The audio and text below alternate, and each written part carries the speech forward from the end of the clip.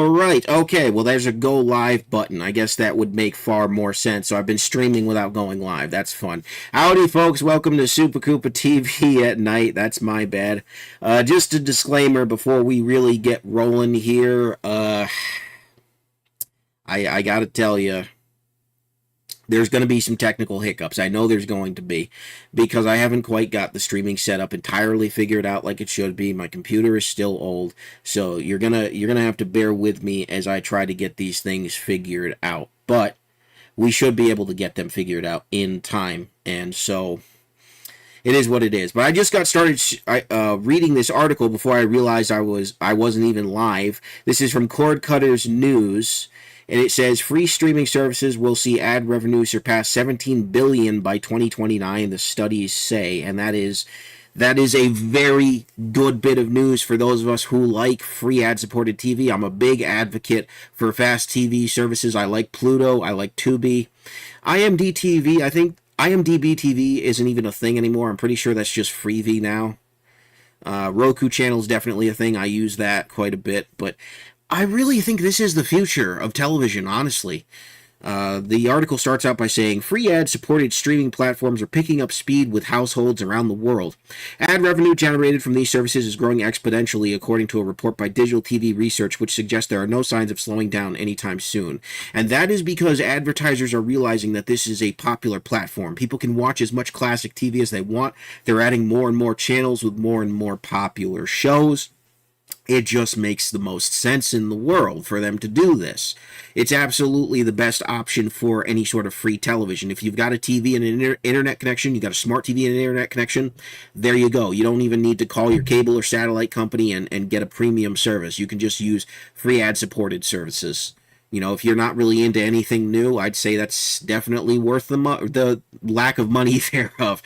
You know, it's not like you have to pay for any of these services, at least not yet. But this is going to start to attract really big advertisers, and when they get on the platforms, then man, they will start raking it in for sure. Digital TV Research predicts global revenue related to free ad-based streams of films and shows will surpass 17 billion in 2029, a significant increase from the 8 billion the platforms expect to generate this year. Of that estimate, the research group said the U.S. will contribute 38% towards the 2029 total, dropping from 56% this year, suggesting wider growth overseas. The numbers underscore the continued evolution of the streaming world, which went from exclusive Netflix-type subscription services and is now shifting towards free access driven by ads. These options are increasingly attractive as subscription services like Disney Plus and Max continue to raise their prices, driving budget-conscious audiences to more affordable options. And that is where these streaming services are shooting themselves in the foot.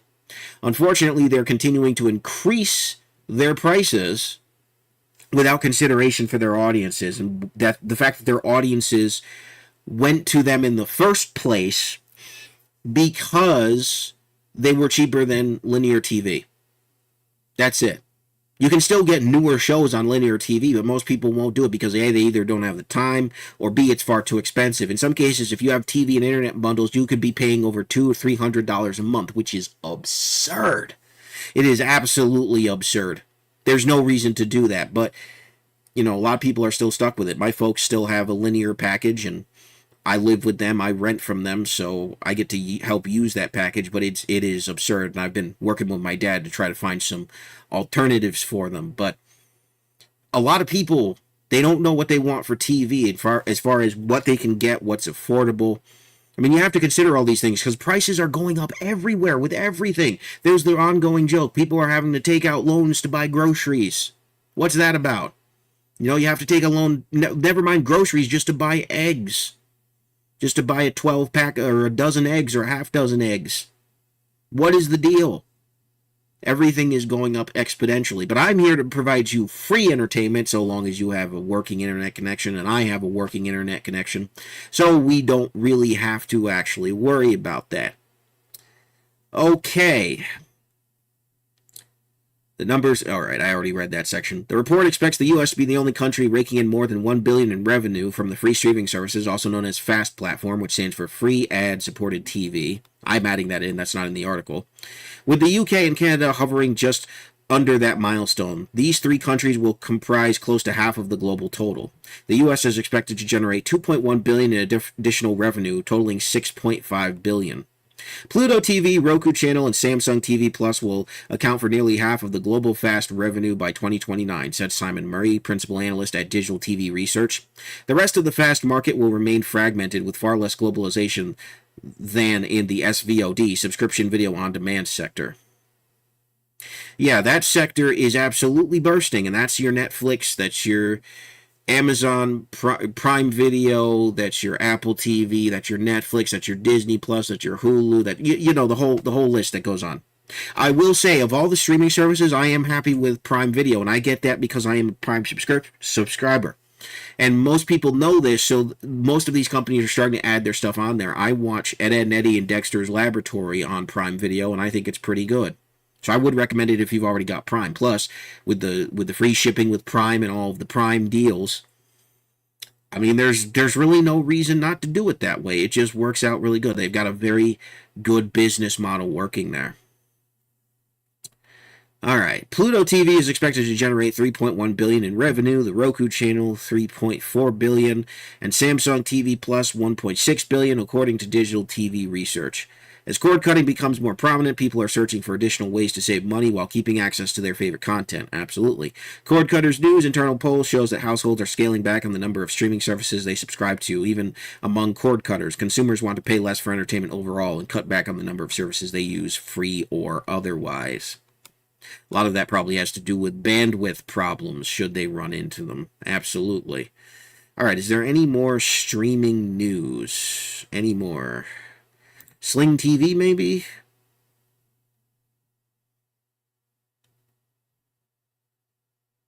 YouTube TV, Hulu, Sling TV, and Fubo don't need to strike deals with local NBC, ABC, CBS stations, lawmakers say. There's an ongoing debate over whether live TV streaming providers like YouTube TV and Sling TV need to fall under the same legislation that forces cable and satellite TV providers to strike licensing deals with local stations, and if the Federal Communications Commission needs to make these changes. Interesting. I'm not going to go ahead and read that article because I think that's all the streaming and cord-cutting news we can talk about tonight. Let's hop over to Bounding into Comics and talk about there. I do want to try and watch some videos later. I just don't know how well that my computer is going to be able to handle it. But this was an interesting article from BIC. Let me see. I'll make sure that's muted. Turned off. Okay.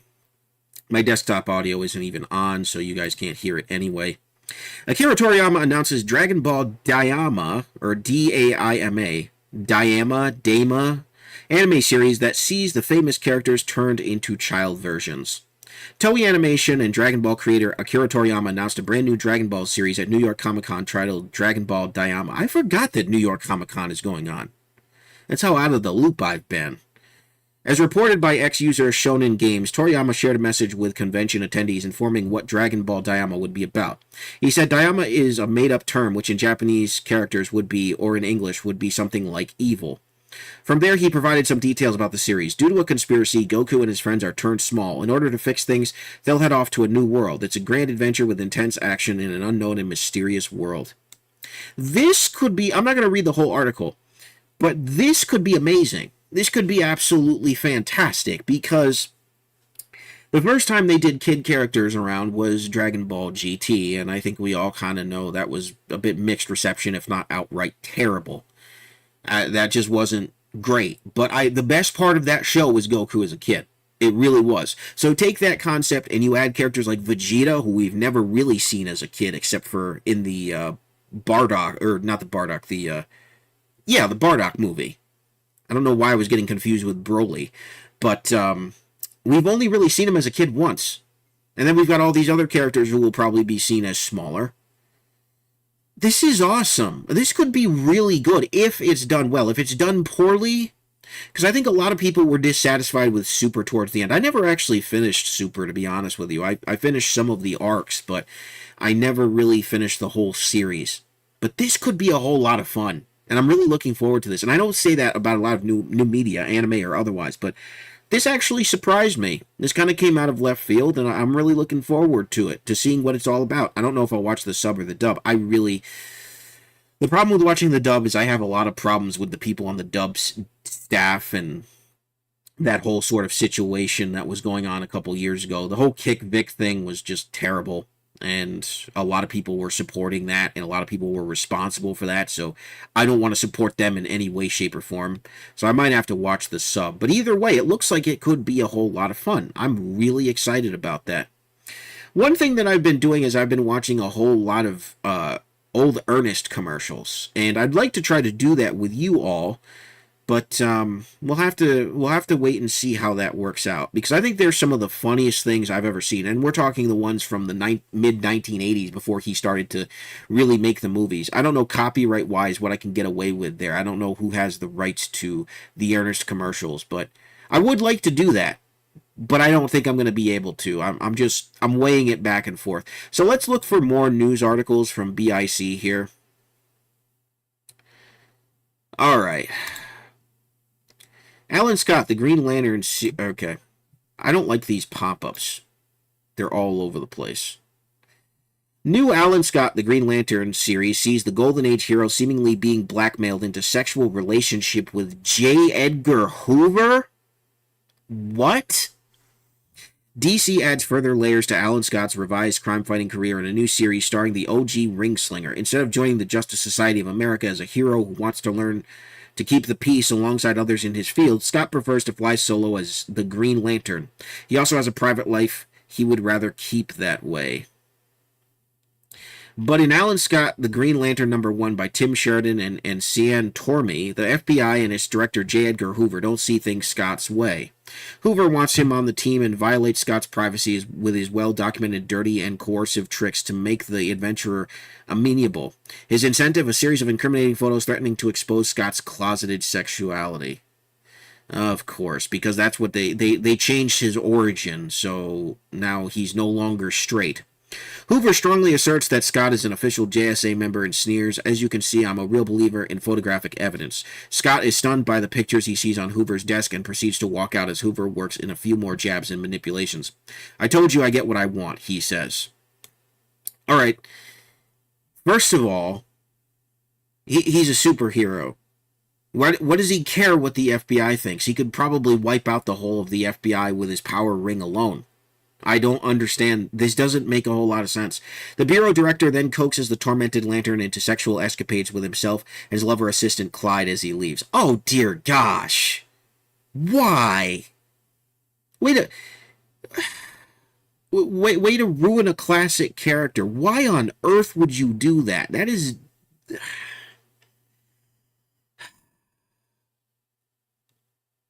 Quote, "Oh, also, we're having a little get-together in Forest Hills this weekend. You'll come.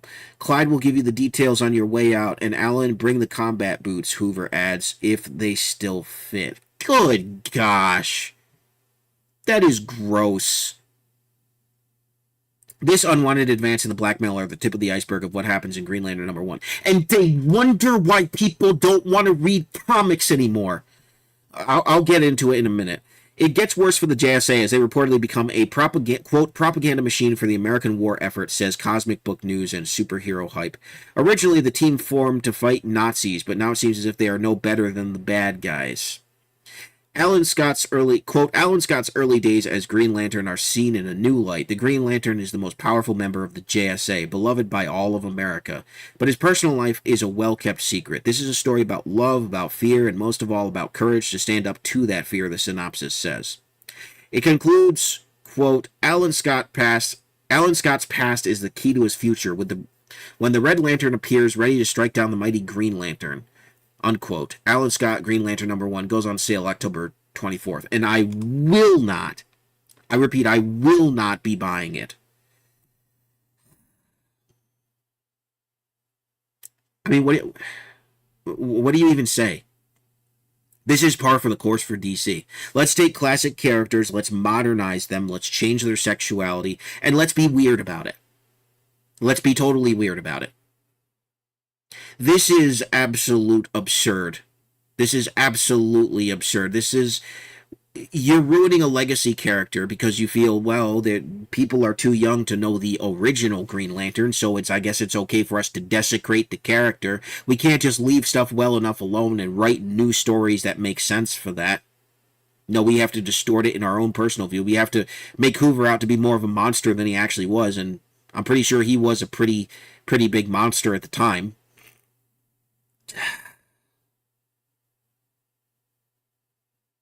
I really, every time you think, okay, I want to go and I want to read new DC comics, or I want to go and I want to read new Marvel comics, is there anything that they're doing that is even remotely ideologically or politically neutral? Is there anything at all? And then they pull this garbage. No neutrality whatsoever. Just straight into sexual blackmail. Completely and utterly absurd. Absolutely. Ugh. And the cover looks okay. It doesn't look awful. I do like his classic design. I mean, I think that's very iconic, but if you're expecting the classic character, be in for disappoint. Excuse me, be in for disappointment. Oh, this isn't good. So people wonder why I'm not reading modern DC or modern Marvel. DC Comics writer Mags Visaggio revealed rejected pitch for Superboy series featuring a transgender Connor Kent. Yeah, this was, I think Clownfish TV talked about this. This was something that took place recently at DC Comics where they were pitching a transgendered Connor Kent and, yeah, it didn't go anywhere. Because they've got a Supergirl, they've got a Power Girl. This is just, let's insert as much biased ideology into our comics as possible that nobody is reading and that readership is so down that comic book stores are closing because they can't move anything. Here's a 1993 cover from Superboy. That's pretty cool. That's good art. Who did that? Tom Grummett, Doug Hazelwood, and Glenn Whitmore. Awesome. That is a cool image. Superboy looked cool back then with his sort of leather jacket, and it seems like they brought that back, but it's completely different. Since it's never going to happen, yes, I was going to make Connor Kent a trans girl. I give you Skyrocket, my master plan for a story that will never happen. And good thing that it doesn't. Stop messing with legacy characters. Just create new ones. Just create new ones that you want. Stop messing with legacy characters. People actually care about these characters, and you're distorting them because you can't get over your own ego. Ugh. Thank goodness this got dropped. At least somebody in DC editorial had some sense to say, yeah, no, we can't do this. So dumb. Alright, this is interesting. Following success of One Piece, Netflix announces release date for live-action adaptation of Yu Yu Hakusho.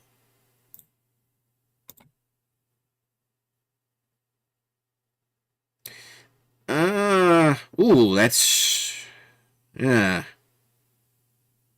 I don't like it. I didn't watch a whole lot of Yu Yu Hakusho back in the early 2000s when it was on Toonami. What do they got to say? Netflix announced the release date for their next live-action adaptation of beloved manga with a brief teaser for Yu Yu Hakusho.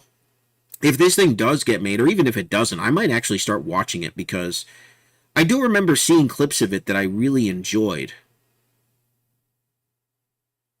For those unfamiliar with Yu Yu Hakusho, the manga was created by Yoshiro Togashi and was serialized in weekly Shonen Jump for 4 years beginning in 1990. It followed the story of Yusuke Urameshi, who died while attempting to protect a young child. Upon dying, he's confronted by a being called Botan, who informs him he has no place in heaven or hell, given no expected, no one, I think they meant to say no one, expected him to die doing an act of goodness. He's then given the opportunity to be revived. He does so, passes a test, and becomes an underworld detective, where he is embroiled in a mystery involving the human, demon, and spirit worlds. There's a pic from one of the OVAs. That's pretty cool. Along with the trailer, they also confirmed the series will arrive on the streaming service on December 14th. On Netflix.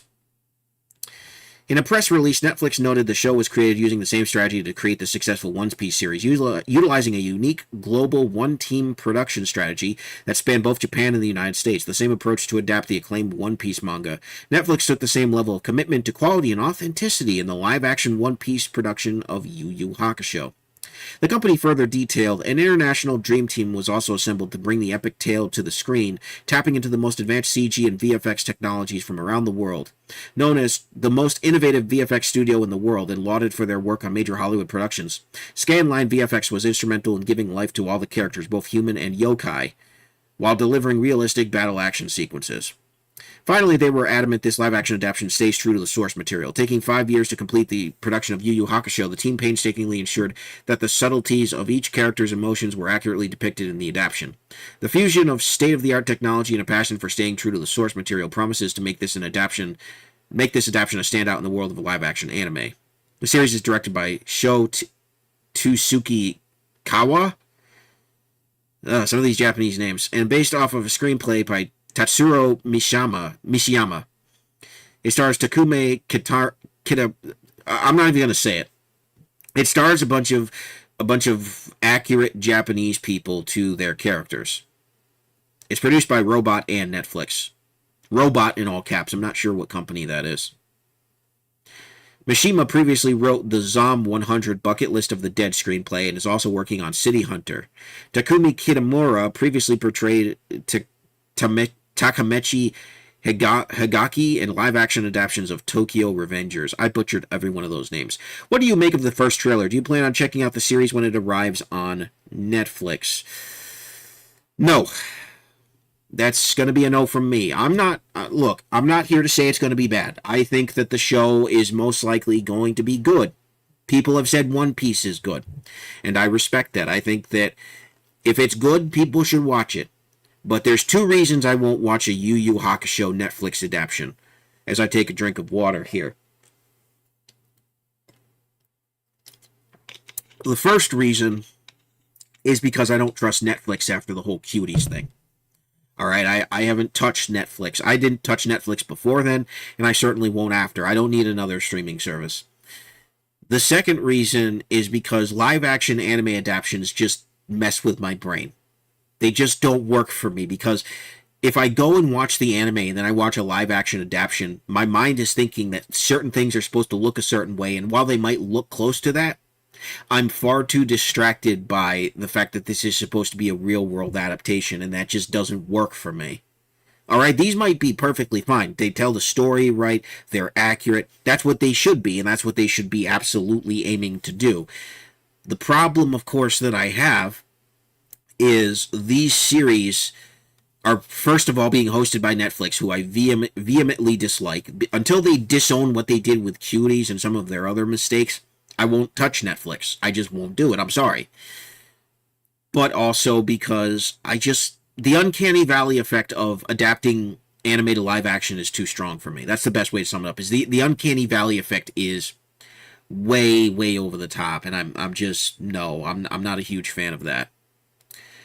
Not a huge fan of that. But I will say, it does look accurate as far as the character. It's just kind of, like I said, the uncanny valley effect it's off-putting.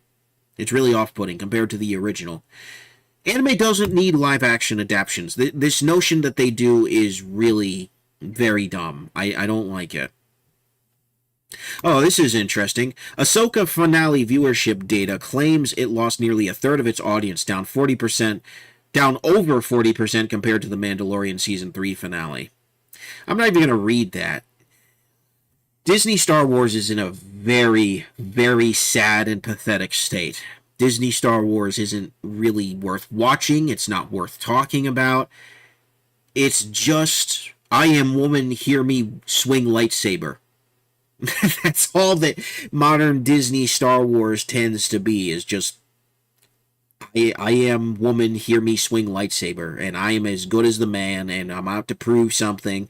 That's why this show focuses on Ahsoka and Sabine and whatever the green girl was. I didn't watch too much of Rebels, so I'm a little bit rusty on my Rebels lore, but I didn't care when it was announced. I don't particularly care now. I have yet to hear anybody say that they like this show. Disney Star Wars needs to just start over. They need to quit. They need to start over. They need to get rid of the people who are trying to feminize a series that attracts both males and females.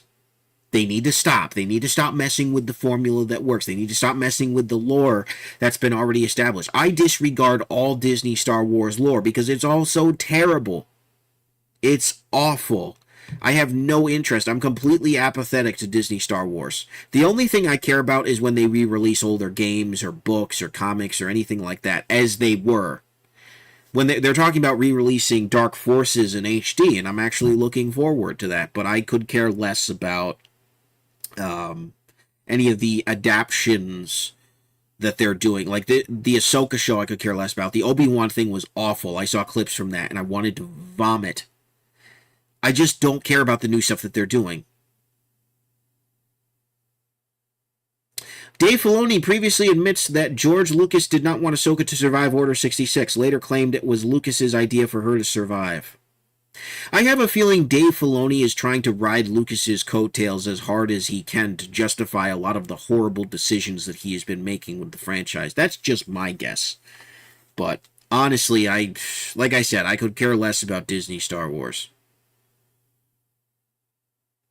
Apple TV Plus's Monarch Legacy of the Monsters director Matt Sackman explains how the story is told promises new and returning titans.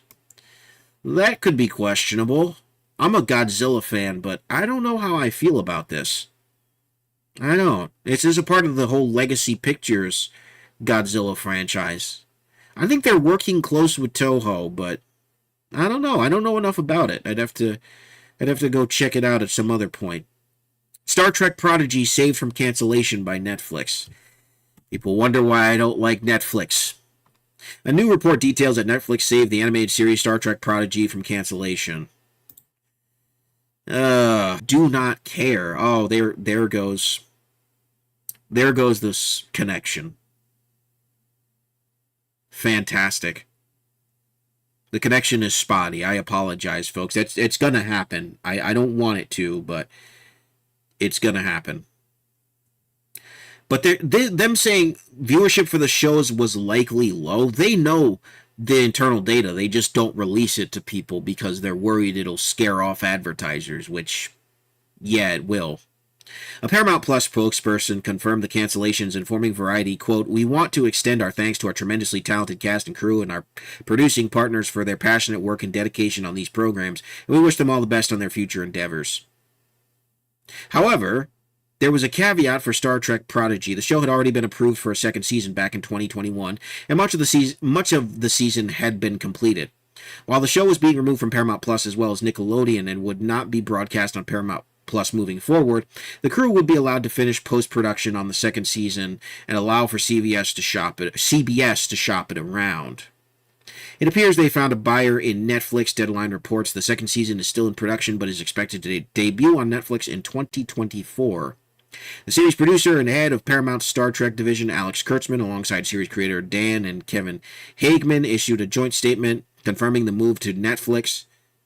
"Thank you to our incredible Star Trek Prodigy fans who champion not just a show, but a community that's always been connected by the belief that we would build a better future together." These absolute hacks who are responsible for ruining Star Trek for a lot of its legacy fans. And I'm not even a legacy Star Trek fan. I was always a Star Wars over Star Trek guy, but I've seen what they've done to Star Trek. It is abysmal. I feel so bad for Star Trek fans. We're in the same boat now. We're on the same team now because both franchises are being destroyed by absolute ideological hacks. Even their kids' stuff is just... none of it looks good. Look at these characters. I don't know how well you can see them. They look generic and terrible. These people don't know how to design. And apparently they're saying there's trans propaganda in it. Fantastic. That's just what kids need. Sad. Very sad. But I'm not surprised that Netflix is picking this up because to Netflix, these streamers are going to pick up whatever they can as far as licensed content because the bubble is bursting finally. And so they're going to try to pick up whatever licensed content that they absolutely can. The streaming services, Paramount Plus, Disney Plus, all these, they're all going to go the way of the dodo very soon. Within the next couple of years at least, if not sooner. They're not, they can't be maintained any longer. It's not going to happen. It's not going to happen. What other news do we have here? Let's see. Oh, this is in of ministry. Explain why he plans to go ahead and sue July in the Rippaverse. This actually makes me very angry, but I'll get into why later on. He stated, "It is with deep sadness that Good Shepherd Ministries International announces that its efforts to reasonably settle its ISOM trademark dispute with Mr. Eric July and his business Rippaverse LLC have been unsuccessful. Good Shepherd has hoped to avoid the time, effort, expense, and uncertainty associated with litigation, but settlement negotiations have reached an impasse. Good Shepherd will now serve its lawsuit over Mr. July's company and seek relief in court. While the serving of this lawsuit, all previous statements offered are off the table," he continued. Good Shepherd intends to defend with everything it has its Good ISOM name. It's an acronym. Those 4 letters put together are an acronym. How is this thing not being tossed? How is it not going to be tossed out of the courtroom? This is absolutely ridiculous. And the Christian ministry at one. That's where I really get upset with this. This is supposedly a Christian ministry. I don't know if it's a Catholic ministry or an evangelical ministry. It gets me angry to see Christians engaging in petty lawsuits. It burns me up. I can't stand it. You're suing a guy because he has a comic book that shares a title with your ministry, and you are worried that people are going to get them confused? What? Next, Jill Fillion explained his main dispute with July and Rippaverse. The core issue in this dispute is trademark infringement. A basic test for trademark infringement is whether consumers are likely to be confused as to the source of the trademarking things. In other words, are consumers likely to think there is a connection between Good Shepherd's decades of using its ISOM trademark and Good Shepherd's U.S. registration of ISOM trademark? And 2, Mr. July and his company starting a little over a year ago to use ISOM as the name of a graphic serial novel character. As mentioned below, we are far past a likelihood of confusion. We have evidence that Mr. July and his company have caused actual confusion. No, he doesn't. How do they? From what I understand, what happened was some of the anti-Rippaverse trolls contacted them because they found that it was a similar acronym. That's not confusion. That's concern trolling, and it's bullcrap. Gilfillian elaborated, Mr. July and his company used our ISOM trademark as a character name and title to launch their Rippaverse company. They found a receptive audience, and every month their infringing use of our ISOM trademark has been increasing. Drop the lawsuit. Drop it. And continue to do. If you've got a good ministry going, continue to do it. How dare you engage in such bullcrap, petty behavior? That is on you. You are running a business, not a ministry. This makes me so angry. Unbelievable. This is being accomplished through search engine optimization, SEO, social media posts, and other online postings that highlight our trademark ISOM name, he stated. As a result, their infringement of our ISOM trademark is now at a point where it is colliding with our customers and our organization use and cannot be ignored. This is a black eye on Christian organizations. If this is a real Christian organization, this is an absolute black eye. Absolute black eye. They know this wasn't malicious. They absolutely know it wasn't. And yet they're still proceeding with this. I am furious. I am furious. Because this is a Christian organization, I'm especially furious. How are they engaging in this? This is a violation of so many things that we claim to believe. This is petty. This is vindictive. This is scummy business stuff. This is going to be a black eye on this ministry. This is being accomplished through search engine optimization. All right, I already read that. And cannot be ignored. The recent lawsuit controversy over their infringement has only amplified everything and resulted in extensive coverage of ISOM on podcasts, blogs, vlog section, YouTube channel. They're only adding to the confusion. No, they are not. People can tell the difference. This is nonsense. I'm not even going to read the rest of this. I'm not even going to read the rest of this. What do you make of Gafili and Good Shepherd Ministries suing Eric July? I think it's bullcrap. I think they should be ashamed of themselves.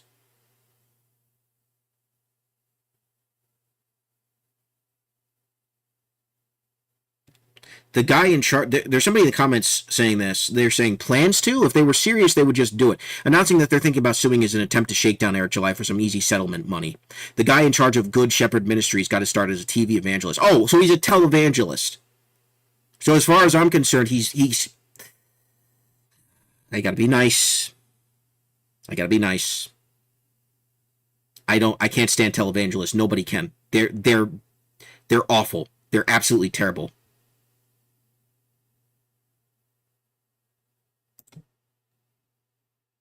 This is absurd. And everybody in the comment section here in BIC is pointing out how absurd this is. This stuff makes me angry because these are supposedly Christian organizations. I haven't looked too deeply into Good Shepherd Ministries, but this is stupid. What I understand about how this happened, and maybe I have the information wrong, but what I understand about how this happened was this was concern trolling. This was absolutely concern trolling. This was groups of people who don't want the Rippaverse to succeed. They found somebody else using an ISOM trademark, and they brought this up to them. This is absolutely absurd, and I hope the judge tosses this thing if possible, because this is ridiculous. Eric shouldn't have to pay these people a red cent for using 4 letters. This is ridiculous. He came up with the name on his own. And it just so happened to coincide with this other one. There is no consumer confusion. These are 2 completely different markets. That is the most baseline stupid thing I've ever heard. I hope there's a good judge involved if this thing actually does go to trial. This is the kind of stuff that makes me angry. And I sure as heck don't trust Good Shepherd Ministries. That is absolutely a black eye. If it's some televangelist scam, then I hope they lose. They deserve it for all of the nonsense that they've been peddling in the name of the gospel. That is absolutely absurd. Absolutely absurd. I think Eric actually has does he have a video out on it? He might. Let me see if he's got a video out talking about it, and maybe we'll watch it together. And hopefully my connection doesn't absolutely sever while we're watching this, because I want to see what he has to say. This is absurd. Young Ripper. Frivolous lawsuit. All right. So we briefly lost connection there, which I figured we would. I don't know why I keep losing my internet connection every time something like this happens. This is a good freeze frame on Eric, by the way. That's pretty funny. Okay, so we should be back in business now. I apologize for that. Hopefully the video plays smoothly. Hopefully people can hear it, and I am going to react to what he has to say. All right, so let's see. I'm going to be honest with you. This is shocking. The International School of Ministry is a video-based Bible school. According to their own words, their vision is to turn every local church in the world into a ministry training center and then into a church planting center. According to their statement of faith, they believe in the deity of our Lord Jesus Christ, in his virgin birth, and in his bodily resurrection. All right. I'm back again. I don't know that this is going to work. I honestly don't know that this is going to work. But it does say I'm reconnected here. I know it's not my internet, but I'd have to watch this at the lowest possible quality, if at all possible. Which basically you want to basically listen to Eric. I wonder if I minimize this and play it, if that'll make a difference, but I still have to pause. But what I was saying earlier, or trying to say earlier, was Eric July does profess faith. And so he was saying he was shocked by this. And I don't know what he goes on to say, but it is so sad. It is so sad. Let me get back to Bounding into Comics. That this is taking place.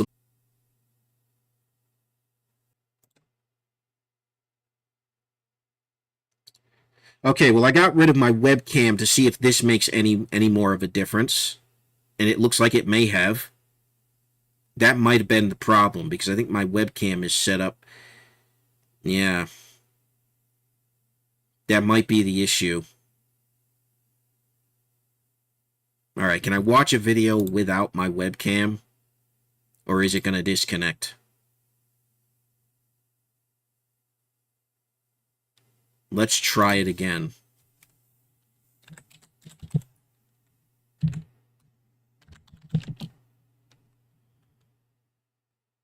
Alright.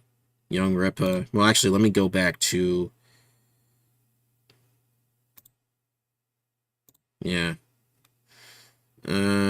Okay. Let's pause. Let me try this again. I'm going to be honest with you. This is shocking. The International School of Ministry is a video-based Bible school. According to their own words, their vision is to turn every local church in the world into a ministry training center and then into a church planting center. According to their statement of faith, they believe in the deity of our Lord Jesus Christ, in his virgin birth, and in his bodily resurrection. They believe the Bible to be the inspired and infallible word of God. And this... Well, that's a good statement of faith, absolutely. So why on earth are they suing him?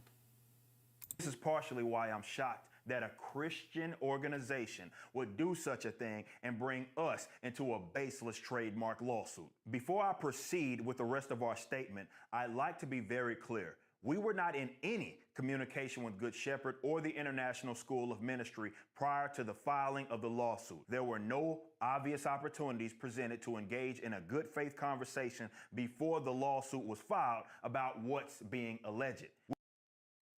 That is scummy. I agree with their statement of faith, but they're not living up to it. That makes me very upset. I'm going to be honest with you guys.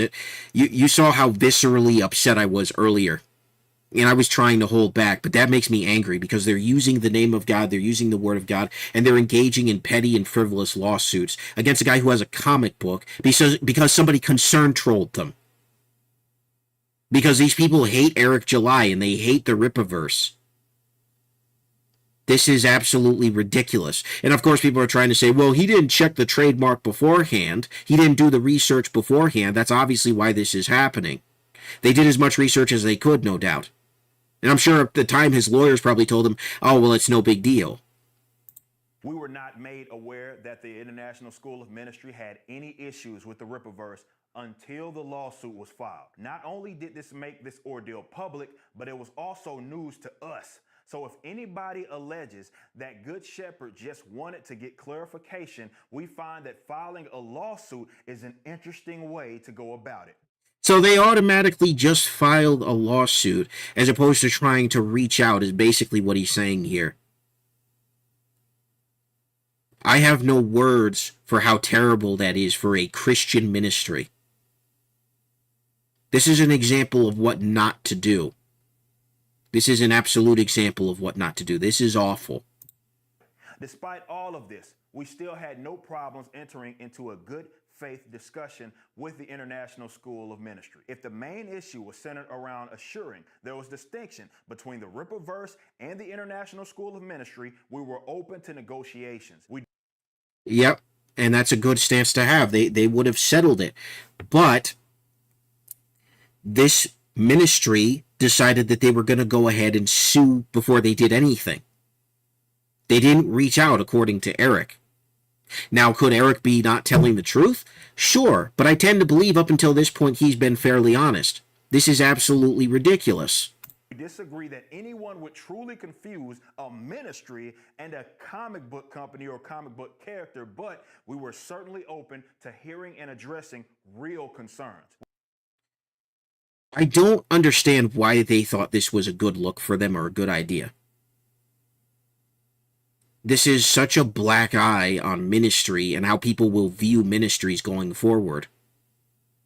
They think that their baseline accusation is that the name ISOM, which Eric July is using for his comic book, is a trademark that they filed, that they have, and it's causing confusion between people who want his comic book and people who are searching for their ministries.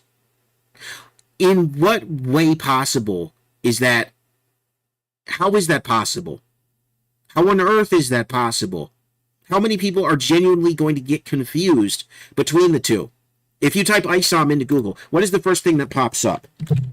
Let's try it right now. ISOM.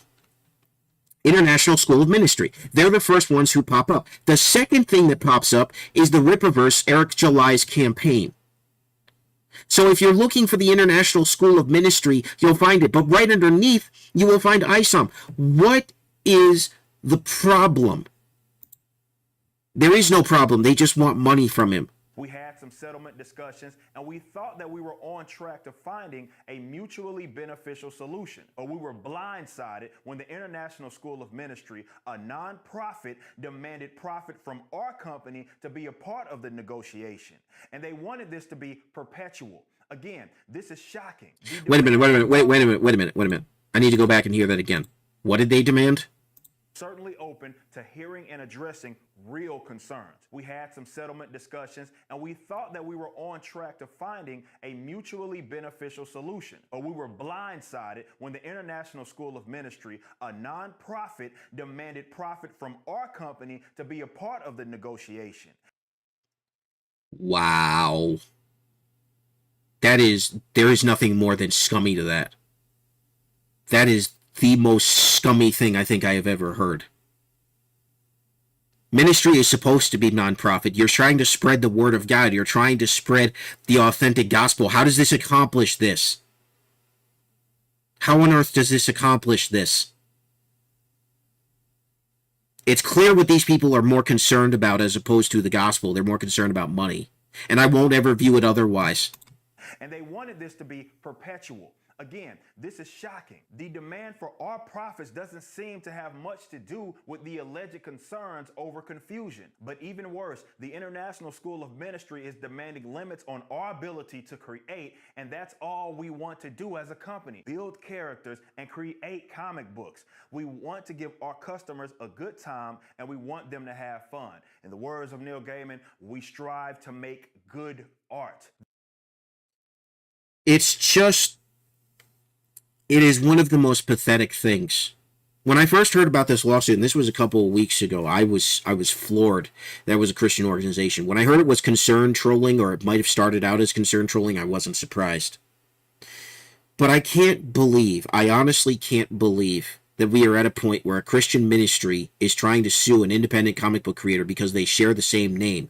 And they're too ridiculous to understand that if you do a basic Google search, they come up first, Eric comes up second, Rippaverse comes up second.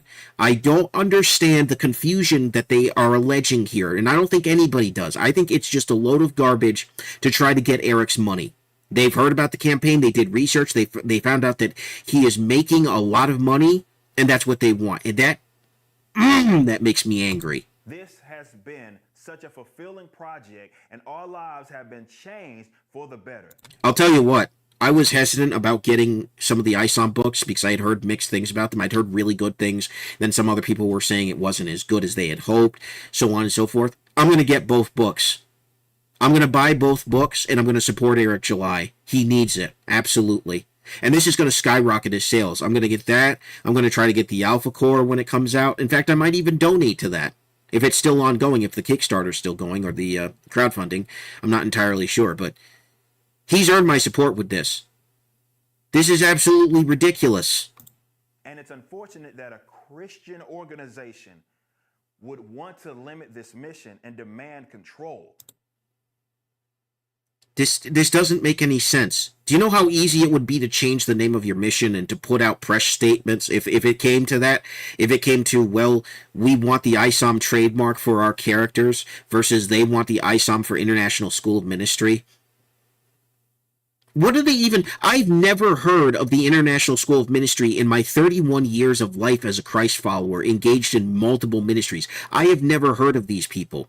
The world's largest video Bible school with more than 20,000 training sites in 150 nations. I've never heard of it. I'd have to ask my father if he's heard about it. But this gets me upset. This is frivolous, this is unnecessary, and they need to drop this lawsuit. As far as I'm concerned, they absolutely need to drop this lawsuit because this is absolutely out of control. It's just shocking. I'll speak on the merits of the lawsuit in a bit, but we have not. I'm not going to watch the rest of this. The point is, for those who may just be joining in, Eric July has the Rippaverse, which is the new comic book company he started, and the opening and leading book is a character named Isom. Somehow, the International School of Online Ministry, an organization that I've never heard of up until now. I'm not saying they're illegitimate. I believe that they are 100%. Clearly they are, because they're suing him. They are suing him for trademark confusion and copyright infringement. I think it's for trademark confusion primarily, or however they would word it. But I did a Google search, and if you type in ISOM, they are the first result, and Eric is second. As far as I'm concerned, there's no confusion here. There's next to no confusion here. I don't understand this. I don't understand this at all. This doesn't make any sense to me.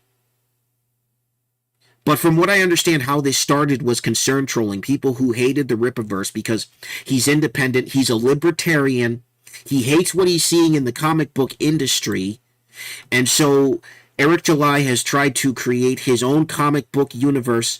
They raised over $1 million for the first book, and they did the same for the second book. He's finding all of this success with this comic book endeavor, and these people are trying to tear it down because they're concerned about confusion over the name. I am flabbergasted that any Christian ministry worth its salt would engage in such frivolous and stupid behavior. And so is Eric, according to that video. I would highly recommend everybody go and watch Eric's video and see what else he has to say about the matter, and keep our eyes on what's going on here. This is pathetic. I don't support... Listen, I support my brothers and sisters in Christ, but not when stuff like this happens. This is ridiculous. This needs to be dropped. This is a black eye on them. If they go through this lawsuit and win, I will swear them off forever. I will disavow them forever. I will not consider them a part of authentic Christian ministry, because it's clear they only want money. They only want money. This is ridiculous. This is a non-profit organization suing a for-profit comic book company that has nothing to do with them except for the shared name of ISOM. This is... I need to calm down a little bit, because this is absolutely absurd. I can't stand this. This is probably the most upsetting bit of news, and I knew about this, but I had a feeling that they would drop the lawsuit. They're not dropping the lawsuit. They're going full charge against Eric July with this lawsuit, and it makes me sick. It really makes me sick. As a Christ follower, it makes me sick because they're claiming Christ. It just makes me sick. I don't like it. All right, what else news is there? What else is there related to news going on? New Crunchyroll channel announced for Amazon Freevee, the Roku channel. All right, folks, I apologize for another connection drop. I'm sorry that keeps happening. I thought getting rid of the webcam would fix it. Apparently it doesn't. In fact, let me turn it back on here. Okay. All right. So, the interesting thing, Crunchyroll is launching this channel for Fast TV services, which is cool, admittedly, because it means more anime on Fast TV. But just recently, it was announced that Crunchyroll was actually stealing its users' data and selling it off, which has been a very common thing that's been taking place with a lot of these companies. They've been engaging in a lot of theft of people's data who sign up for their service. And they're owned by, I believe, is it Warner Brothers? I'm not sure. I have no idea. I think it's either Warner Brothers or Sony. I think it's Sony that owns Crunchyroll. Let me look that up really quickly over the old Wikipedia machine. They tend to know what's up sometimes. And I apologize if I lose any more connections, folks. I really do. Let's see. Crunchyroll.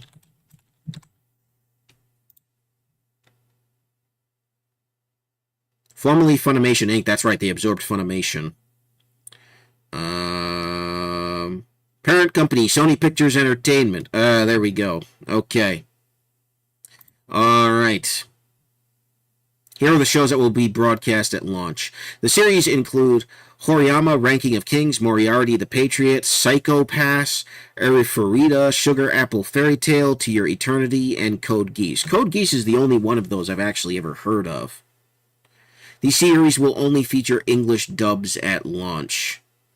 So that's interesting, and it's actually really bad timing because of all the stuff that came out about them stealing data. That's not adding to their reputation, but I'm not surprised given that Funimation was involved. Funimation is made up of just deplorable people. The whole Kick Vic situation was absolutely terrible.